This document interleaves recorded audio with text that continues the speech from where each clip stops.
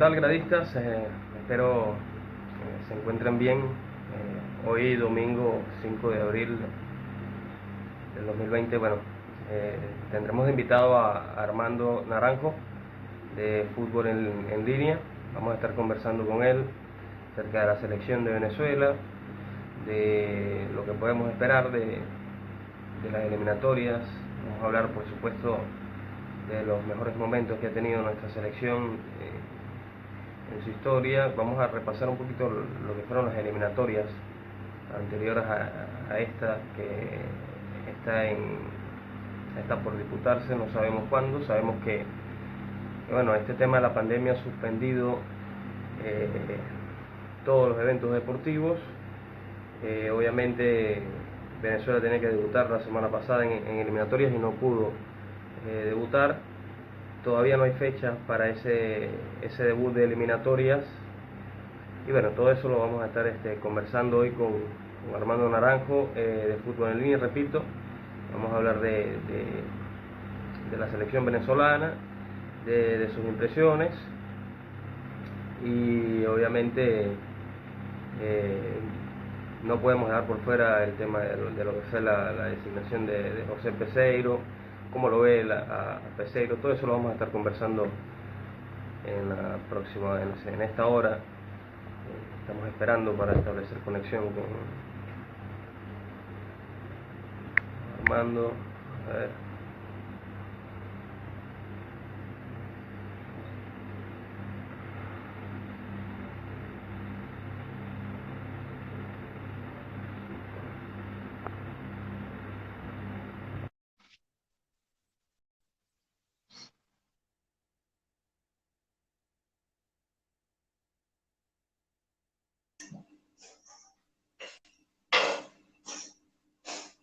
¿Qué tal? Buenas tardes, Armando. Hola, ¿qué tal? ¿Cómo andas? ¿Todo bien? ¿Cómo estás? Bien, vale, por fin nos pudimos conectar, ¿no? Bueno, después de varios intentos se logró. Sí, sí, sí, buenísimo.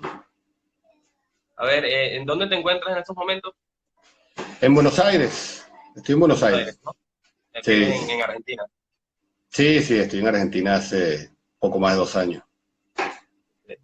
¿Cómo está la situación allá en Argentina en estos momentos?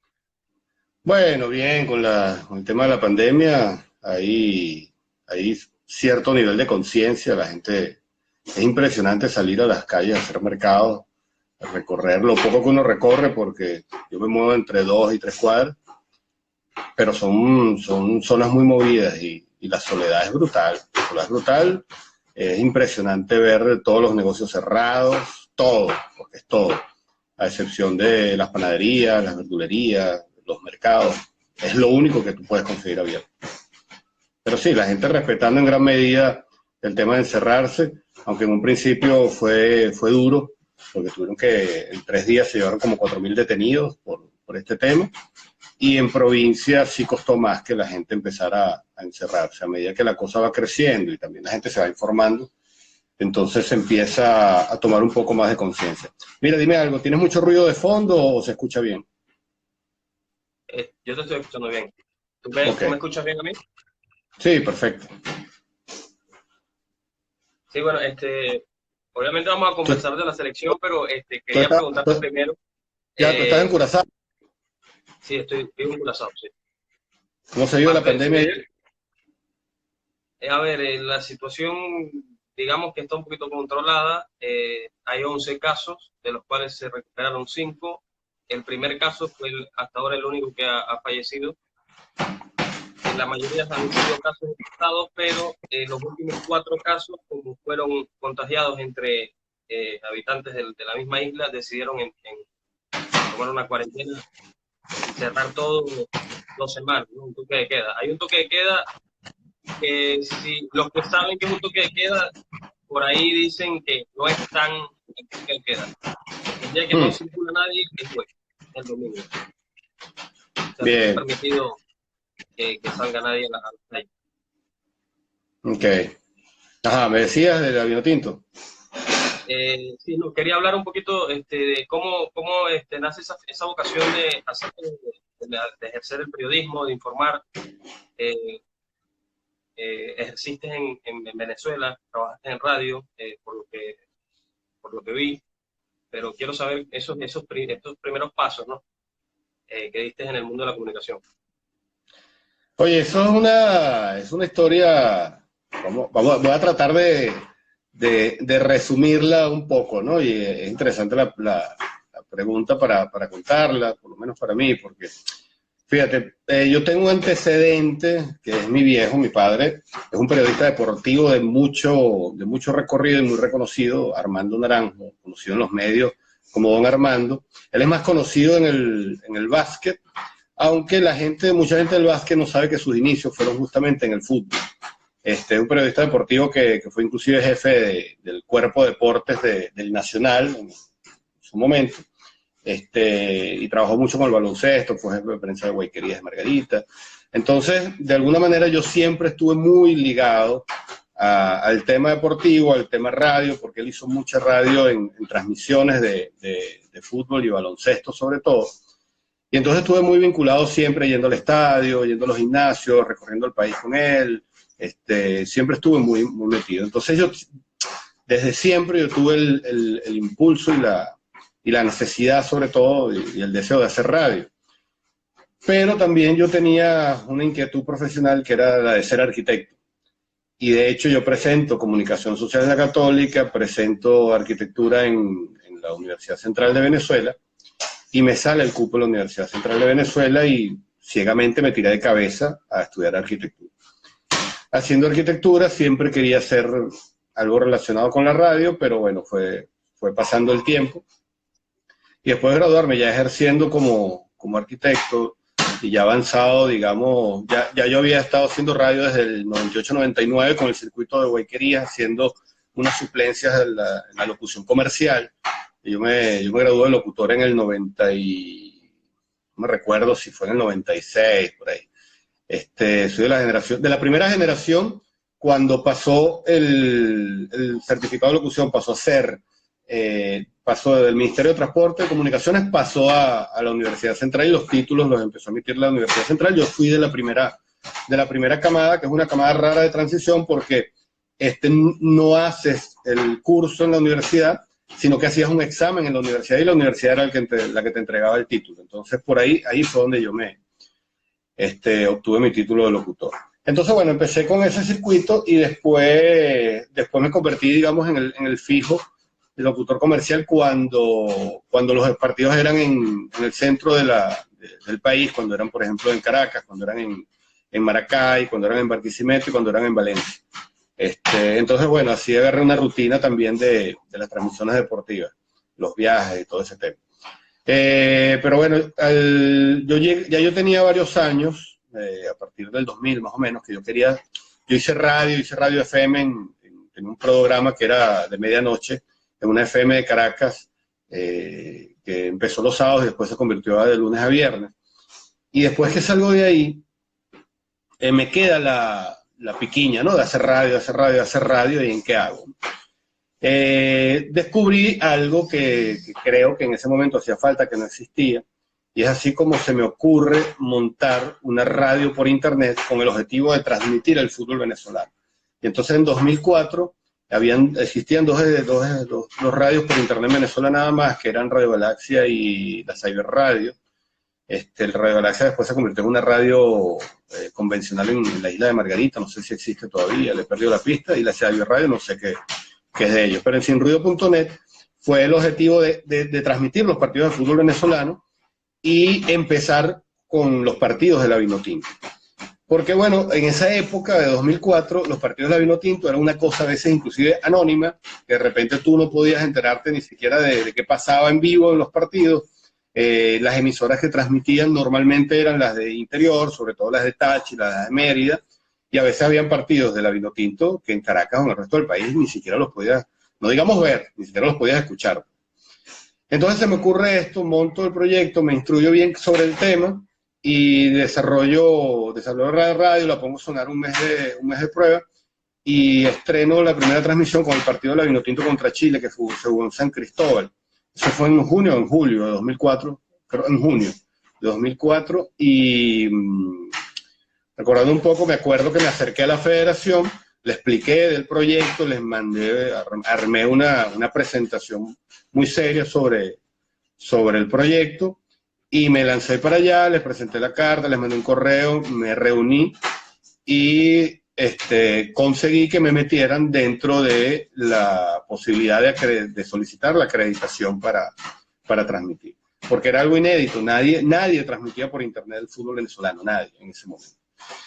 Ni siquiera las radios convencionales, porque las radios convencionales que transmitían el fútbol no tenían señal por internet. Entonces, nada, partimos contra ese partido, un partido fatal, no sé si te acuerdas, ese partido se perdió bajo lluvia, se perdió y fue una de las claves para que esa eliminatoria no tuviera vida. El partido fue terrible, pero bueno, fue una experiencia grandiosa. En ese momento no conseguí ni caseta, transmití desde la tribuna, con un teléfono. Me acuerdo que me acompañó Ángel Güere, que fue de los fundadores de una página muy exitosa que se llamaba venezuelasfutbol.com.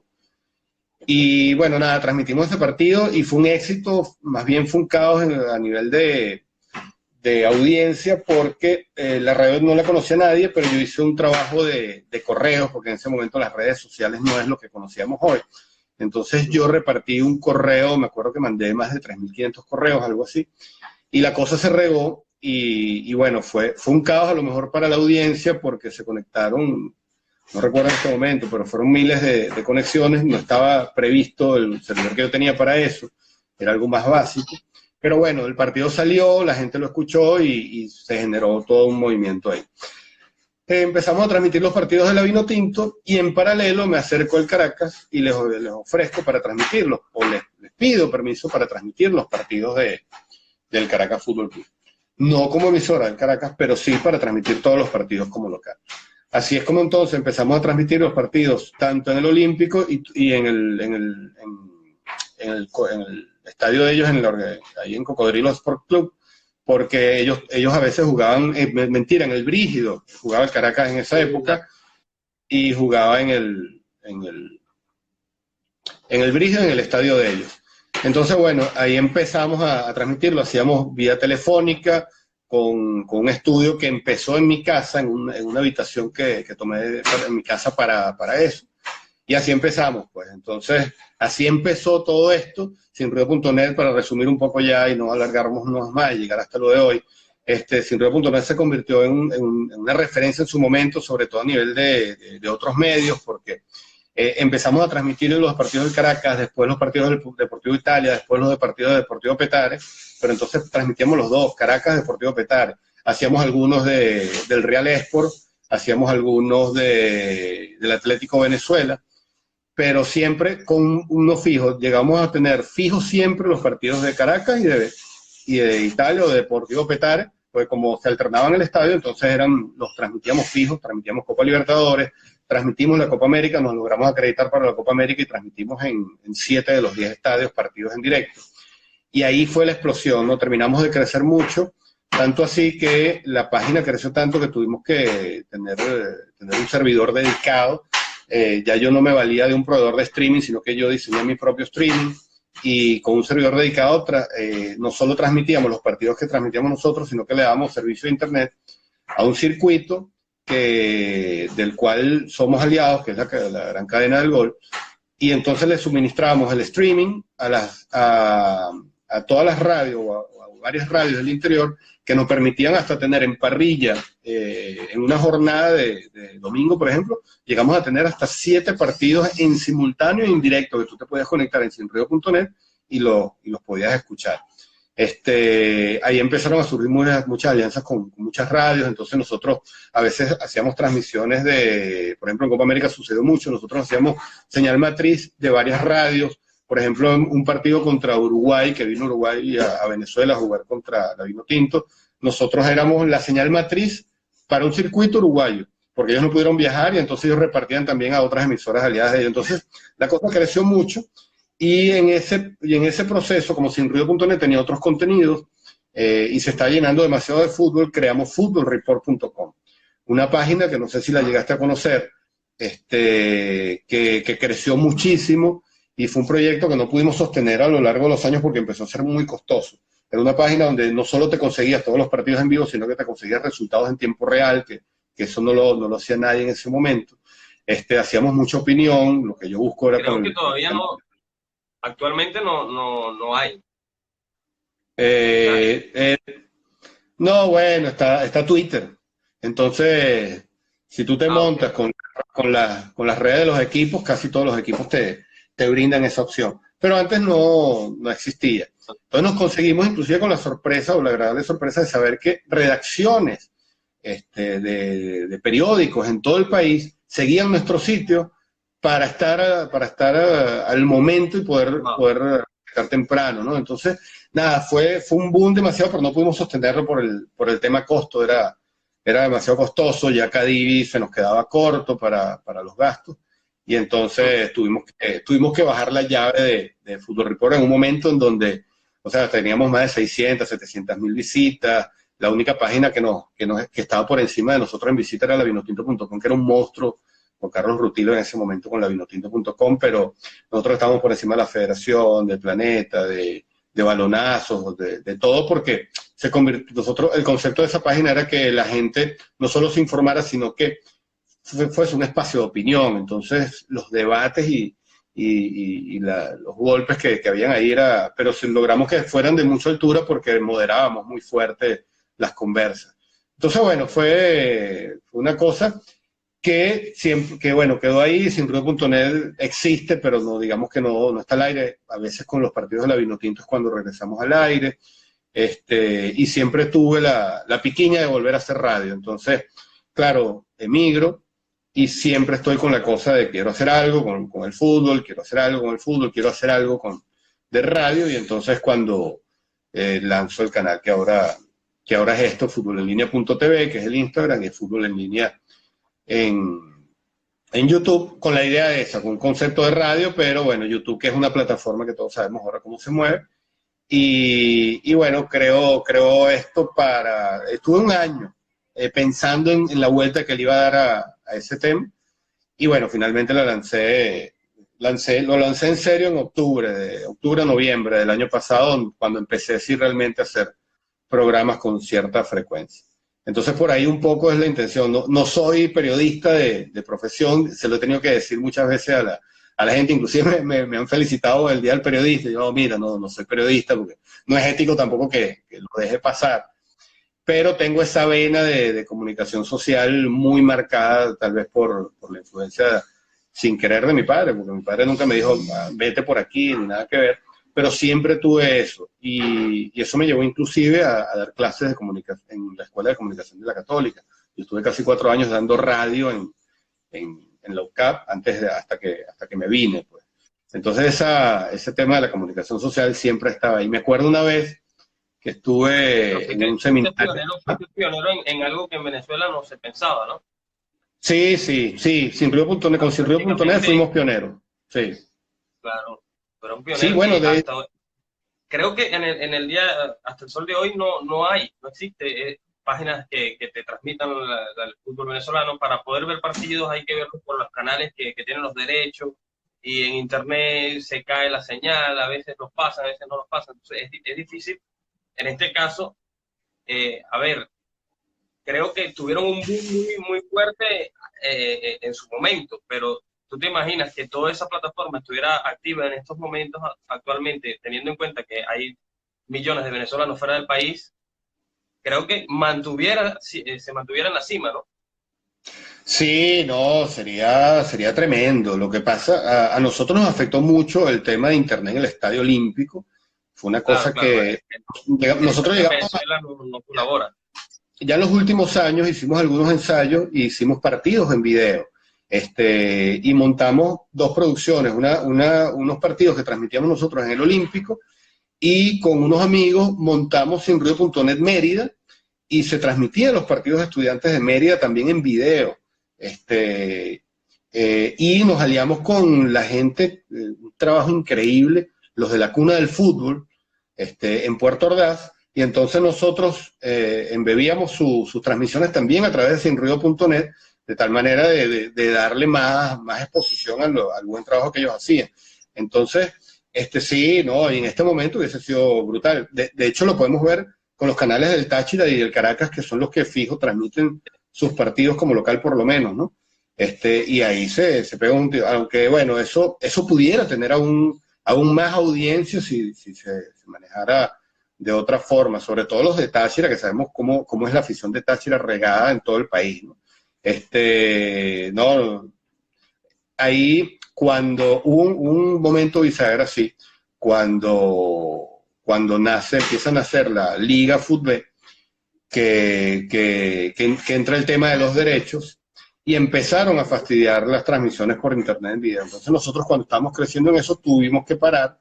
Yo tuve una medio conversación con un par de personas relacionadas con esto, y tengo que decirte que no es que me bypasearon, sino que me rebotaron. Y mira, háblate con este. Entonces hablé con este.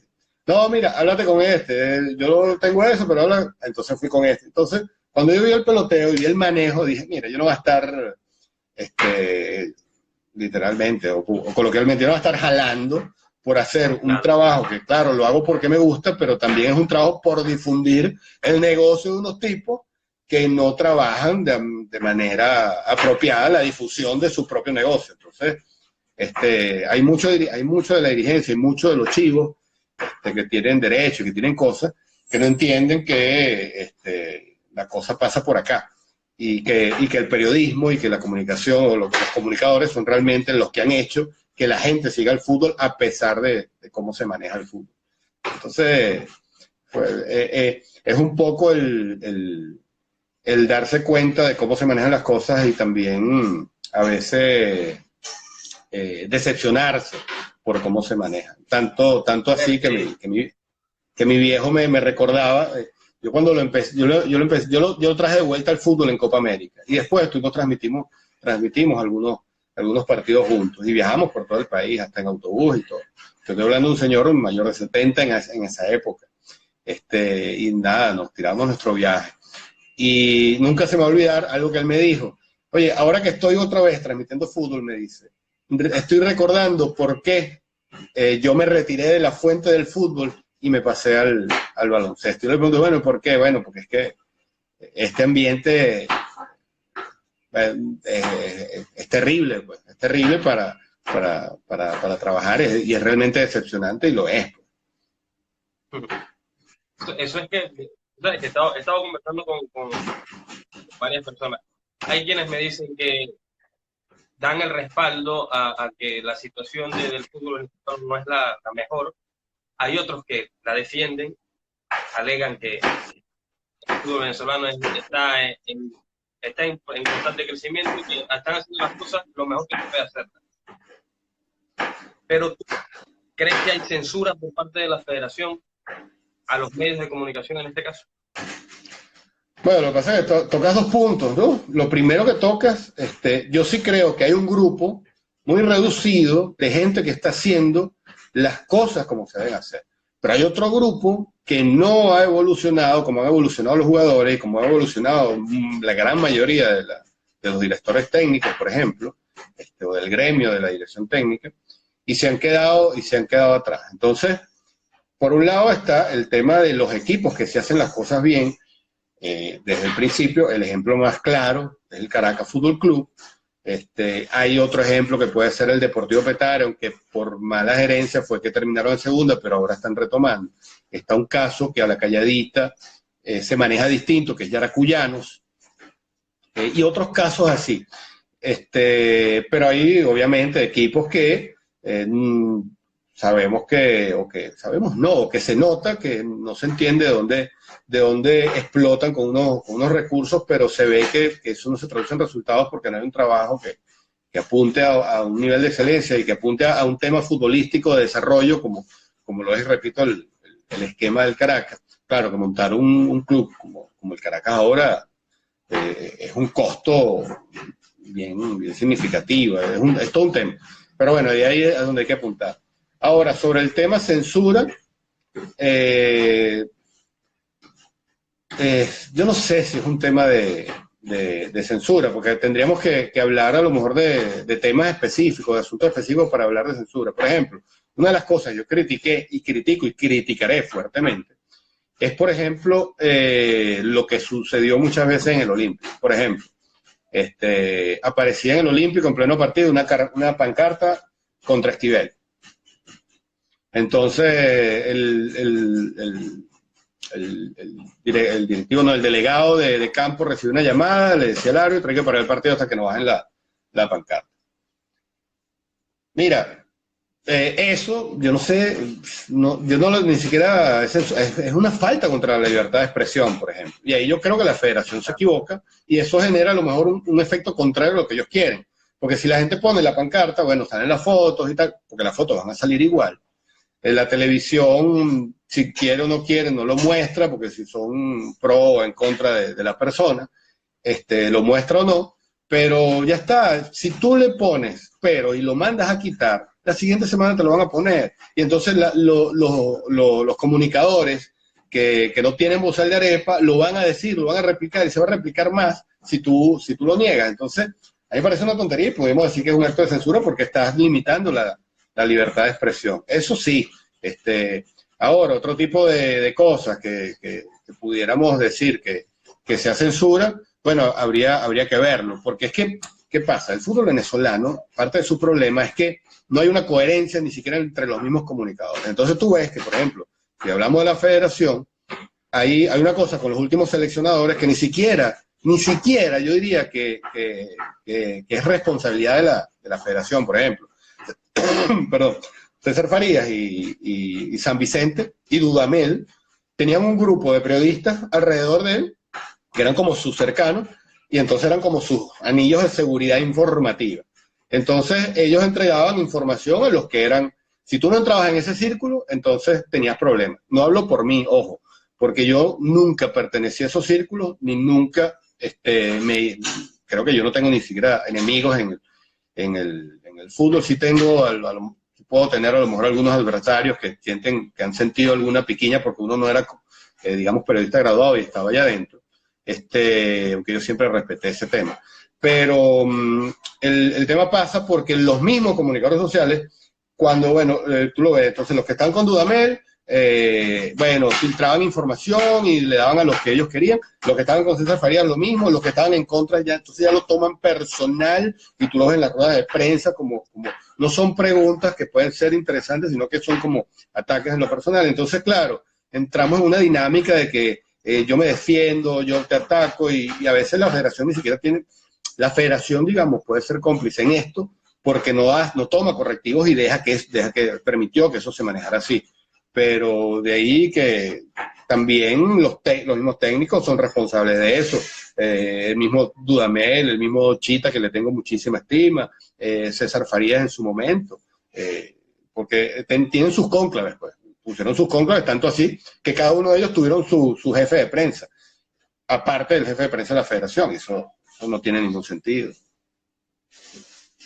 ¿Sabes por qué te hice la pregunta también relacionada a que hace unos días atrás, o esta semana, no sé si has visto otros youtubers de Venezuela que son Richard Méndez, Candari y Petrocelli, tienen un canal en YouTube, un podcast. Y ellos habían invitado a Peseiro. Peseiro había aceptado, está confirmado y reconfirmado según ellos mismos. Y el día que tienen que hacer, el programa, grabarlo, la federación les dice que no está permitido, que Peseiro no va a hablar con ellos. Ellos alegan porque estuvieron de un lado cuando sabemos que se fue Dudamel, que se dieron algunos nombres que no llegaron, ellos tuvieron una posición radicada en contra de la federación. Entonces parece ser, según, repito, la información que da ficha de Petro y Candal, que es la federación la que no permitió que Peseiro participara con ellos. Y es la federación que decide con quién Peseiro conversa y con quién no. Bueno, fíjate, ese tema yo lo vi, yo lo sigo, de hecho yo soy amigo de Petro. Nos conseguimos desde sus inicios en el fútbol, nos conseguimos, me acuerdo la primera vez fue en el Pachencho Romero, cuando Pachencho Romero era el estadio de moda. Yo vi todo el asunto, vi cuando ellos confirmaron que que lo vi por las redes, ¿no? Cuando ellos confirmaron que el Peseiro les había confirmado. Estaba pendiente para ver el programa y vi cuando lanzaron el programa y vi que pusieron censura. Bueno, es difícil entrar en este tema porque, fíjate, tú mismo en lo que me planteas, de lo que ellos han dicho, hay un tema especulativo ahí. A mí, bueno, vamos a empezar por el principio. A mí me parece un error que si Peseiro confirmó, no se haya presentado, primero que todo. Yo creo que debió haberse presentado y creo que no debieron haberlos dejado así. Ahora, a mí me parece que el trato que se le ha hecho a eso no ha sido el más adecuado, sobre todo si entramos en terrenos de especulación. Yo creo que yo por lo menos que hubiera hecho, si yo confirmo a Peseiro y Peseiro me incumple, yo no voy a hacer el escándalo y voy a decir que censura. Mira, no me cumplió. Voy a decir, no me cumplió. Si busco respuestas y no me las dan, no me va a quedar con las especulaciones mías porque eso puede generar algo tendencioso que pueda estar alejado de la realidad. Entonces yo, por lo personal, si no me responden y me dejan en blanco, me dejan en visto las conversaciones de WhatsApp, yo simplemente lo contaría. Mira, discúlpenme audiencia, Peseiro me confirmó, tengo los correos, tengo las conversaciones de que me confirmó, de que su equipo me confirmó, y el día, en el momento en que íbamos a grabar el programa, no se presentó, buscamos explicaciones y no nos las dieron. Ya está, no nos las dieron. Bueno, no sabemos si nos los habrán negado por las críticas que hemos hecho, no sabemos si Peseiro no quiso hacerlo, porque en este momento no sabemos ni siquiera si fue Peseiro el que a lo mejor vio los programas y dijo, mira, no, yo en este estilo de programa no me meto. O a lo mejor un asesor se lo dijo, mira, no te metas porque te van a poner a cantar, te van a poner, y seguramente a lo mejor no lo iban a hacer, y es una entrevista seria, porque ellos tienen su show en el programa de YouTube, tienen su show en los programas que hace, sobre todo Alex y Petro, pero, oye, no sé, es como que sí, me embarcó, y yo lo quería, hincapié ahí, es que mira, el tipo me embarcó, y hay una falta de seriedad en que el tipo no llegó, pero bueno, que nos censuraron, que yo creo y además el ruido duró demasiado tiempo con el tema. Mira, aquí está, no vino, no asistió, no sabemos por qué, a menos de que, bueno, la federación les haya dicho, mira, los llamaron, le dieron, alguien, alguna fuente le dijo, mira, sí, le prohibieron hablar con ustedes. Entonces, mira, tengo una persona, nos dijo esto, le prohibió que hablara con nosotros. Mal de la federación, me parece un error. Si la federación, ya que entramos en terreno especulativo ahora, si la federación, después que había confirmado, echó para atrás la cosa, me parece un error. Me parece que debieron haber comunicado algo con ellos, mira, dar alguna excusa, alguna razón. Creo que en el fondo, al final todo esto, tanto de la federación y un poco de parte de ellos, espero que Petro no me mate por eso, porque tampoco los estoy atacando a ellos, yo creo que ha sido un mal manejo de ambas partes de lo que pasó. Creo que no vale la pena. Mira, me embarcó y ya con decir, mira, me embarcó, me había confirmado y no lo tenemos, ya lo estás dejando suficientemente mal. Entonces, ya creo que yo lo dejaría hasta ahí y ya está. Y bueno, y si el día que él quiera venir, bueno, ya pensaré si lo entrevisto o no, porque si un tipo te dice que no, lo vas a vetar. Siempre va a ser noticia, entonces siempre va a ser interesante lograr conseguir al personaje de la manera que sea. Entonces, y otra cosa, si te digo, a lo mejor me matan por esto, pero tú mismo, si alguien te va a entrevistar y no te gusta el medio, a lo mejor dijiste en un principio que sí, pero después viste el medio y dices que no, es tu derecho también. Tú decides en dónde sale. A lo mejor tú me invitaste a este programa y yo veo, no, vale, pero a mí no me gusta el contenido de no, y después que te dije que sí, digo, no, y tú vas a quedar, bueno, pero ya lo anuncié y tal. Bueno, pero es mi derecho que salir o no. Ah, bueno, fíjate, ¿eh? Pero es que al final... Con varios jugadores. Claro, entonces, yo creo que a mí me pasó una vez, pero no recuerdo con quién. que me dijeron sí, después no se presentó, no recuerdo. Pero yo dije, bueno, mira, lo tengo confirmado, no se presentó y ahí quedó. Sí, sí pasó, no me acuerdo quién fue. Y ahí quedó, mira, no pasa nada, decidió no estar, es su derecho, porque al final tú sales en donde quieres salir, pues. Que, no sé, ponte que eso, te invitan unos chamos que tienen una cuenta en Instagram y te invitan a hacer un live y se te acercan bien y tú dices, no, vale, sí, por supuesto y tal, claro. Y entonces te meten en la cuenta de Instagram y es, no sé, una cuenta tipo, no sé, una cuenta de estas troles que no respetan a nadie y que puede ser una basura de cuenta. ¿Qué vas a hacer? No vas a mezclar tu nombre con ese contenido. Entonces, a lo mejor pasó, mira, no me gusta el estilo y la gente decía al final en dónde sale y en dónde no. A ver, todo ese show que vivimos con la selección, ¿cómo viste el año del 2019? Que según la FIFA es el mejor año de la selección. ¿Cómo lo viste tú? Desde los Okay, futbolistas. cuando me preguntas por el show, ¿cuál de tantos shows que hemos tenido con la selección? No, vamos a hablar primero de lo futbolístico porque el 2019 nos trajo por lo menos tres escenas o tres capítulos de la novela que posteriormente se convirtió en una serie, ¿no? Que fue Sí, la salida de Dudamel, porque en el sí. 2019 vimos por ahí un poquito de fútbol bueno de la selección, pero vimos tres episodios de show. No vamos a hablar de los episodios, sino vamos a hablar de lo futbolístico de la selección. El año futbolístico de la selección, ¿cómo lo viste? Bueno, es bien loco lo que pasó el año pasado. Yo hice un programa, hice varios programas sobre eso, porque hice varios programas más o menos seguidos sobre Dudamel, ¿no?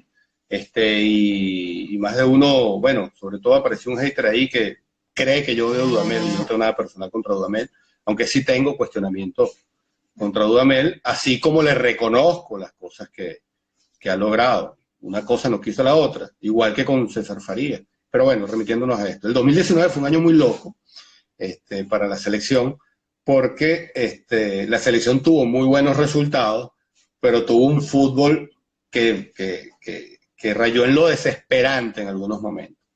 Entonces aquí entra en discusión inclusive la filosofía de cómo cada quien ve el fútbol, porque hay quien busca el resultado, hay quien busca el resultado con buen fútbol, que ese es otro tema filosófico, el buen fútbol, que es el buen fútbol, y hay otros que simplemente lo que quieren ver es jugar bien a la selección y los resultados van a venir por descarte, ¿no? Hay una teoría que dice que si haces buen fútbol, los resultados efectivamente van a llegar. Entonces, fue muy loco porque para mí la selección jugó horrible, los partidos fueron horribles, hubo un partido que yo cabeceé, pero cabeceé literal, y no podía mantenerme despierto para verlo porque era terrible ver a la selección, era un sufrimiento ver a la selección. Y sí, era un ¿Cuál partido sufrimiento. fue? Uno de los amistosos previos anteriores a los México. de... Bueno, el de Trinidad y Tobago fue soporífero. Lo que pasa es que queda Trinidad y Tobago, ¿no? Eso fue una cosa terrible. Pero, pero por ejemplo, estuvo la Copa América. Y la Copa América nos trajo un equipo que no jugó bien, pero un equipo que se veía, mostraba algunas cosas. Pero para mí la Copa América, por ejemplo, la Copa América fue un fracaso. Lo que pasa es que cuando tú revisas, hay un programa que dicen ahí en Fútbol en Línea, aprovecho de hacer la cuña, justamente sobre el ranking de la Vinotinto, cómo llegó a ese ranking, que de hecho lo hice el día anterior, que lo pusieron en la 25 y estaba en la 26, pero no importa por el análisis que hay detrás. ¿Cómo llega a estar la Vinotinto en el ranking 25? Y eso pasa por justamente conseguir resultados puntuales contra equipos que te dan más valor y por la fórmula que usa la FIFA, y los resultados que perdiste o que no fueron tan positivos no te sumaban tampoco mucho.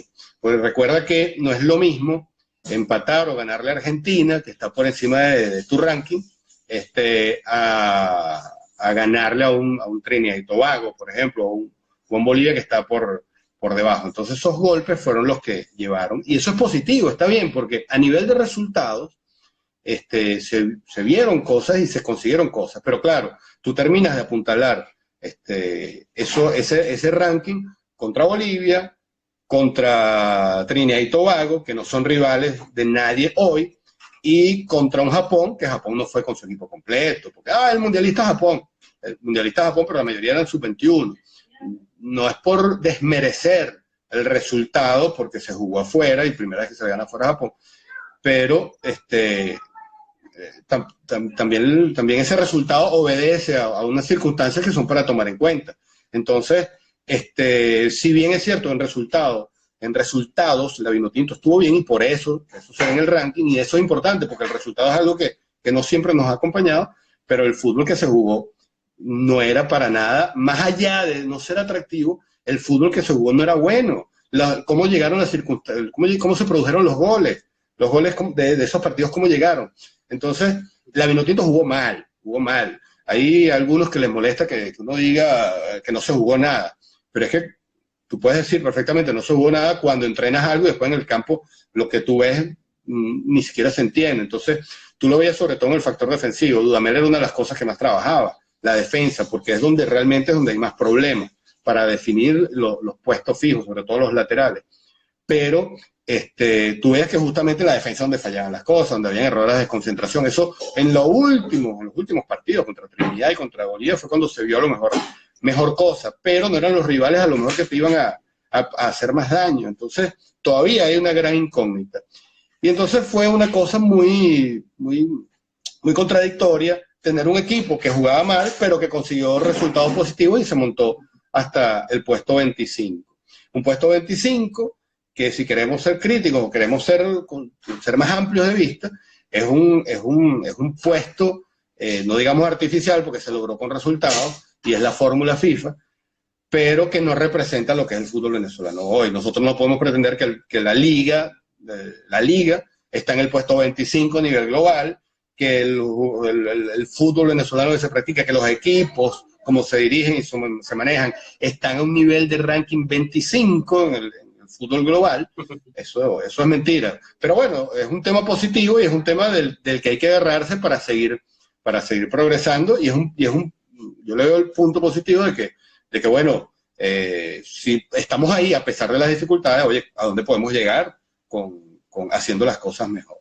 Y Dudamel hizo cosas bien a nivel técnico, a nivel táctico, a nivel de trabajo con los equipos, pero hizo cosas mal a nivel de manejo de los jugadores, a nivel de manejo de él con su entorno, a nivel de manejo comunicacional por lo que armó a su alrededor, a pesar de que su jefe de prensa es amigo personal mío, es un tipo con el que respeto y creo que hizo un gran trabajo, pero Dudamel se equivocó. Entonces, además, Dudamel tuvo el problema del desencuentro con los factores de poder dentro de la federación, y eso es lo que empuja su salida.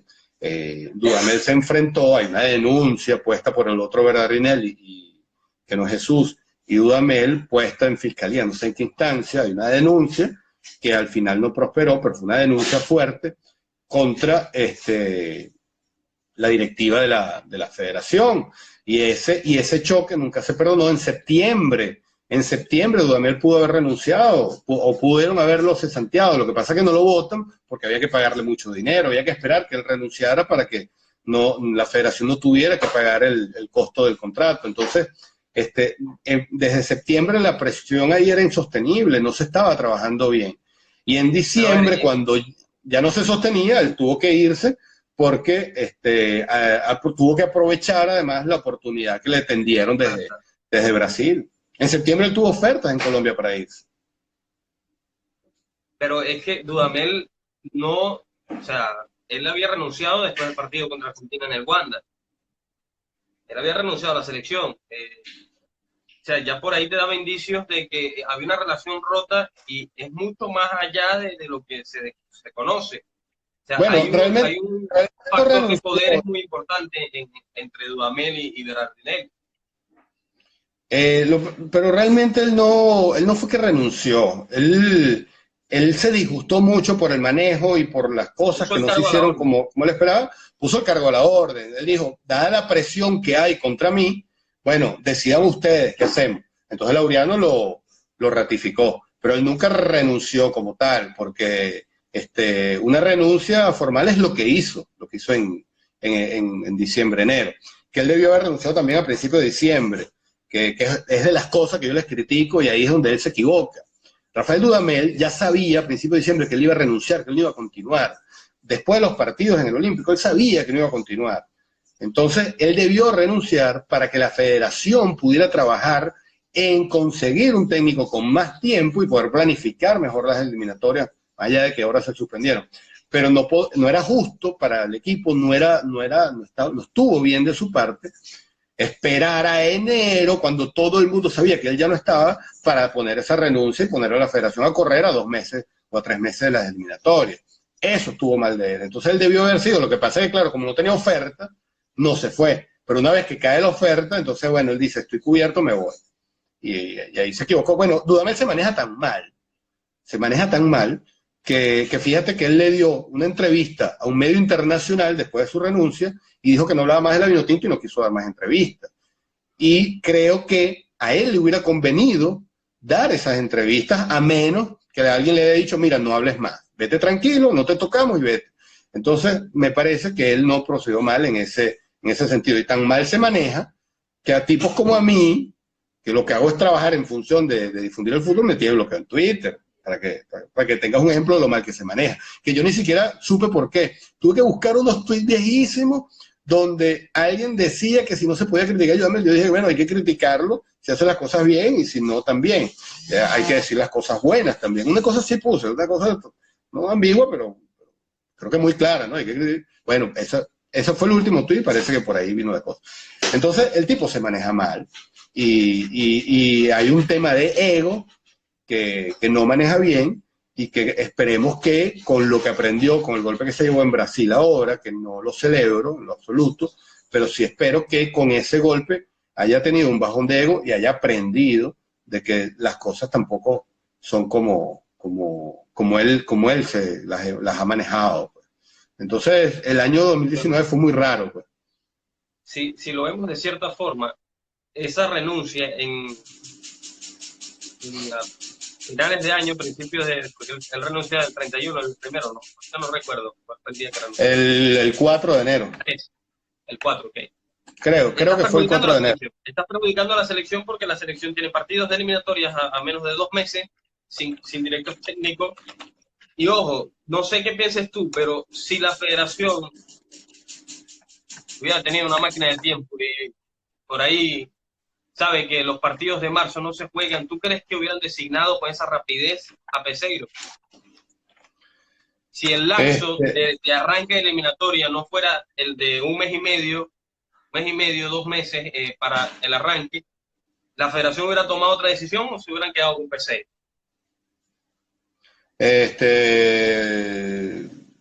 No te entiendo. O sea, si la federación hubiese sabido de la suspensión, dices tú.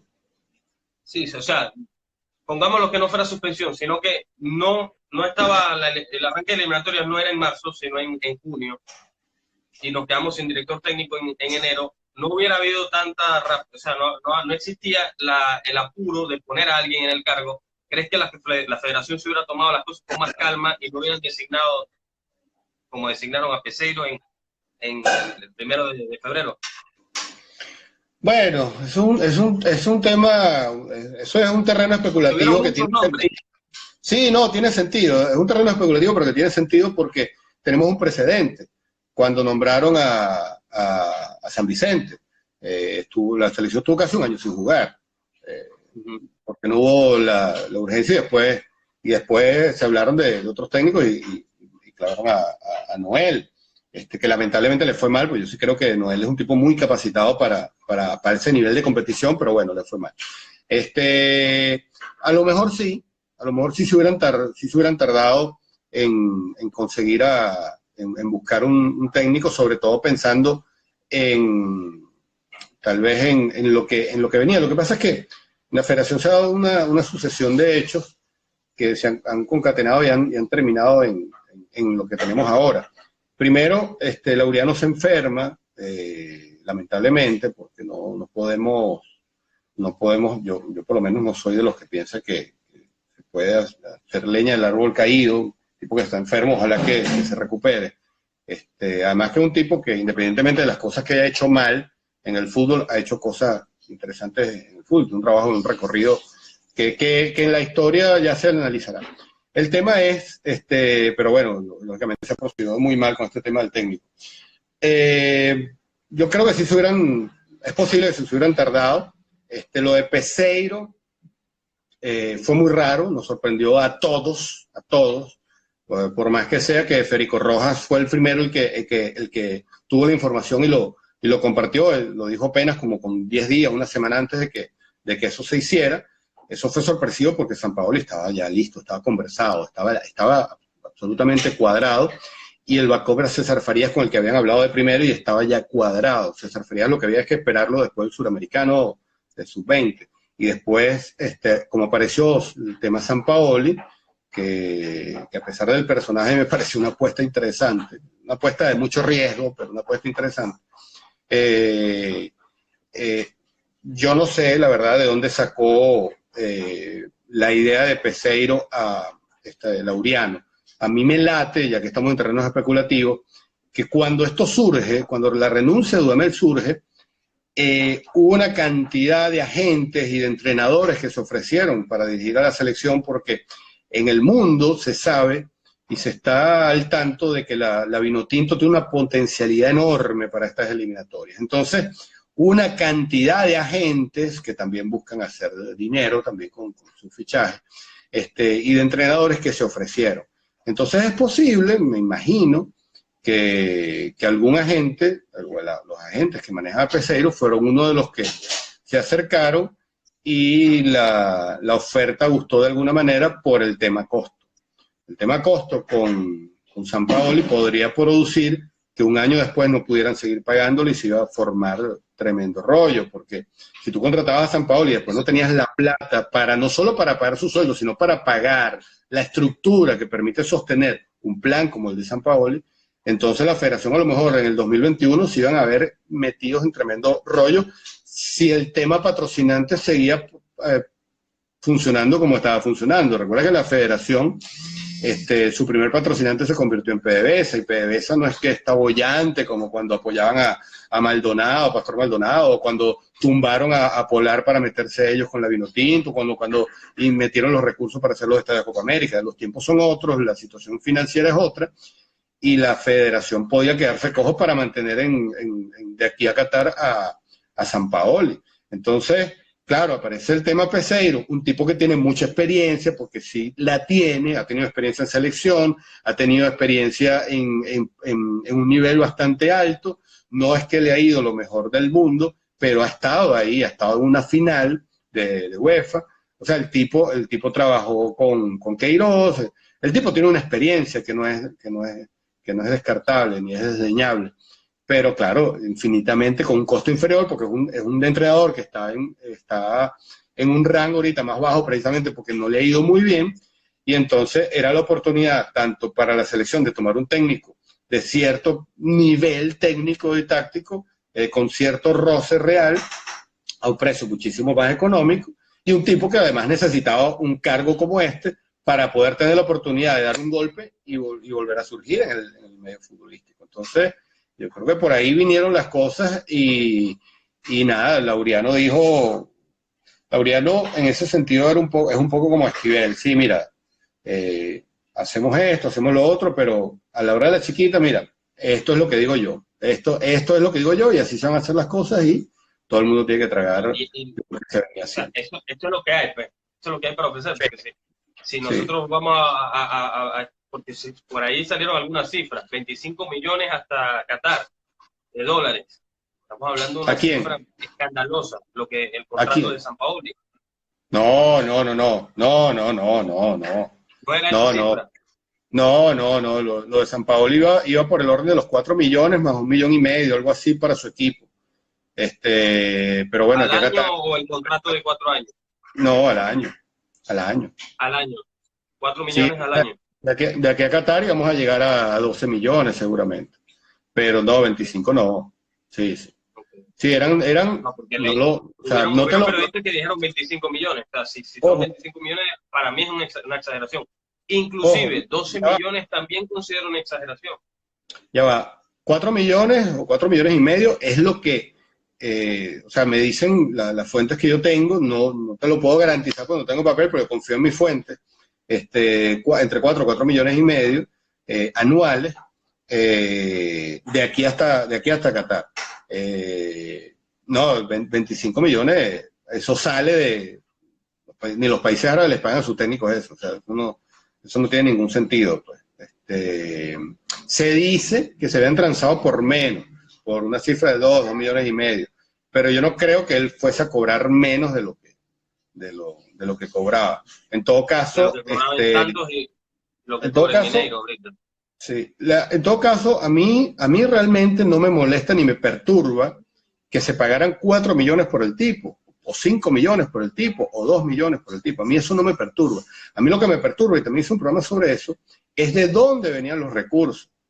Porque si hablamos de patrocinantes privados, bueno, páguenle lo que sea si nos lleva al mundial, lo que pida, y pónganle un harén, si tú quieres, de mujeres en su hotel, lo que pida, pero si el tipo nos lleva al mundial. Pero ahora, cuando el dinero sale de una entidad pública, de un dinero que puede ser más útil, o no es útil, pero digamos, puede servir para suplir necesidades más básicas que tiene el país, ahí es donde yo digo, mira, no estoy de acuerdo. Y fue una de las discusiones que yo armé en 2 de los programas que hice sobre el tema, porque yo no estoy de acuerdo con que el patrocinio fuese dinero público para traer un tipo de esa categoría, y además eso para mí habla más del tipo, porque el tipo tiene que saber, aunque sabe, sé que son tantas cosas, el tipo sabe, si el tipo sabía que el dinero que le iban a pagar es dinero público, es una falta de ética del tipo, porque el tipo tiene que saber cómo está el país, empezando por ahí. Claro. Pero esa es una de las cosas. Entonces, el tema pasa por todos esos lados. Porque es lo que se paga en el fútbol. Y la federación, como ente privado, con su patrocinio, con lo que recibe FIFA, con lo que sea, debería reunir dinero que no viene del arca pública para pagar lo que sea al tipo que valga lo que valga. Yo no tengo problema con eso. Yo no tengo problema con que un tipo gane millones de dólares. Es lo que, si el mercado es lo que los demás están ganando, ¿por qué va a ganar menos? Eso aplica en todas las escalas. A ver, ya se nos pasó la hora. Ya. Dentro de Oye, poco pasó Instagram rápido. se nos fue muy rápido. No sé si quieres hacer una segunda parte. Cuando Enseguida, quiera, bueno, planificamos para otra ocasión. cuando quiera. Si Tú me quieres dices. podemos hacerlo. Si quieres podemos hacerlo dentro de unos días para que este contenido te dure ahí. Y lo hacemos en la semana. Por ahí, hoy es domingo, el martes, el miércoles. Pues, podemos hacerlo cuando quieras, no hay problema. Dale. Dale, pues Siempre, entonces hacemos la siempre segunda sabroso, parte, porque siempre te sabroso tenía unas conversar. preguntas que te había dicho, pero no nos dio tiempo de hacértelas. Sí, nos extendimos, me extendí demasiado. Lo que pasa es que esos temas que tocas, que son muy buenos, son para alargarse mucho, porque es que hay tanto que decir y tanto que opinar, porque hay muchas cosas por detrás de todo esto que muchas veces no se conversan, que vale la pena comentarlas. Correcto. A ver, última cortica. ¿Dudamel tenía probabilidades de clasificar a Venezuela a Qatar? Sí, sí las tenía. Sí las tenía, sobre todo si resolvía el tema defensivo. Bueno, el tema defensivo y el tema ofensivo, porque él armaba sus equipos de atrás para adelante. Pero sí tenía principalmente, no por él, sino por la plantilla con la que contaba. Él tenía que dar un paso más en su evolución, en su táctica para poder aspirar. Pareciera que en los últimos partidos justamente lo estaba dibujando, y esos últimos partidos, a pesar de los rivales, esos últimos partidos dibujaron cosas interesantes porque Salomón Rondón tenía más compañía arriba. Fue muy interesante lo que vimos. Claro, los otros equipos no atacaban como para cuidarse más, pero yo sí creo que esa línea que al final veíamos parecía que nos iba a llevar por un derrotero más positivo, pero tenía él que evolucionar, y con la plantilla que cuenta, yo creo que la potencialidad para competir está ahí. No es para, no, sí, seguro, no vamos a vender humo tampoco, pero hay plantilla para competir de tú a tú con todos. Bueno, Armando, gracias por brindarnos esta hora de plática de la Vinotinto, de la selección de Venezuela, en general el fútbol. Nos vemos pronto. No, vale, Coordinamos ahí. gracias a ti, seguro. Dale, con gusto. Un Dale, abrazo. pues. Gracias. Saludos. Chao. Chao, pues.